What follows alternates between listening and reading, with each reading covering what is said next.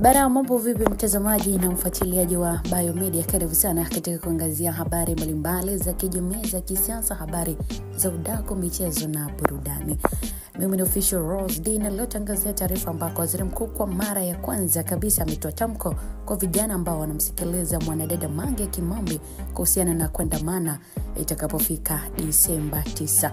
Huyu ni waziri wa Jamhuri ya Muungano wa Tanzania Dr. Mwigulu Nchemba ambaye ameitoa rai kwa vijana ambao wanaiga mikumbo kwenye mitandao ya kijamii ambao imekuwa na lengo la kuhamasisha maandamano katika taifa letu la Tanzania.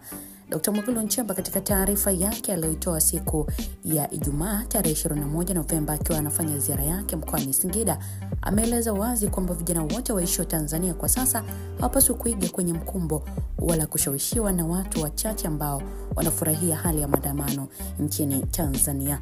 Lakini pia Dr. Mwigulu Nchemba ameweka wazi kwamba watu wachache walioko nje ya Tanzania wamekuwa wakitumia mitandao ya kijamii kuwashawishi vijana walioko nchini Tanzania ili kuandamana na kuharibu mali za umma kwa kuzichoma moto, kitu ambacho kinarudisha nyuma maendeleo ya taifa letu kwa ujumla.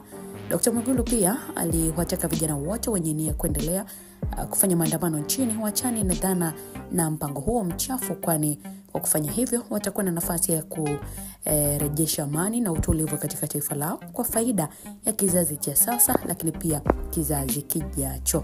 Lakini pia Dr. Mwigulu Nchemba ametanabaisha kwamba kwa sasa atahakikisha kwamba anapambana kwa kila namna ili aweze kurejesha amani nchini, haswa kwa wale vijana ambao wanahisi kwamba wanakosa haki za msingi, ili kukomesha pia uwepo wa maandamano na machafuko ambayo yanaharibu taswira ya taifa letu.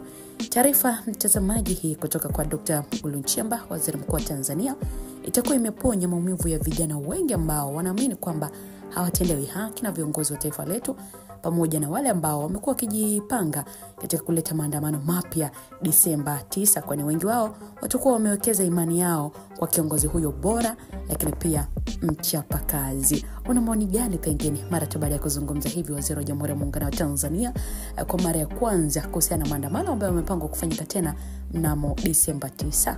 Mimi ni official Rose D. Maoni yako tutayaangazia next video kuzuri kabisa. Uwe na wakati mwema. Bye bye.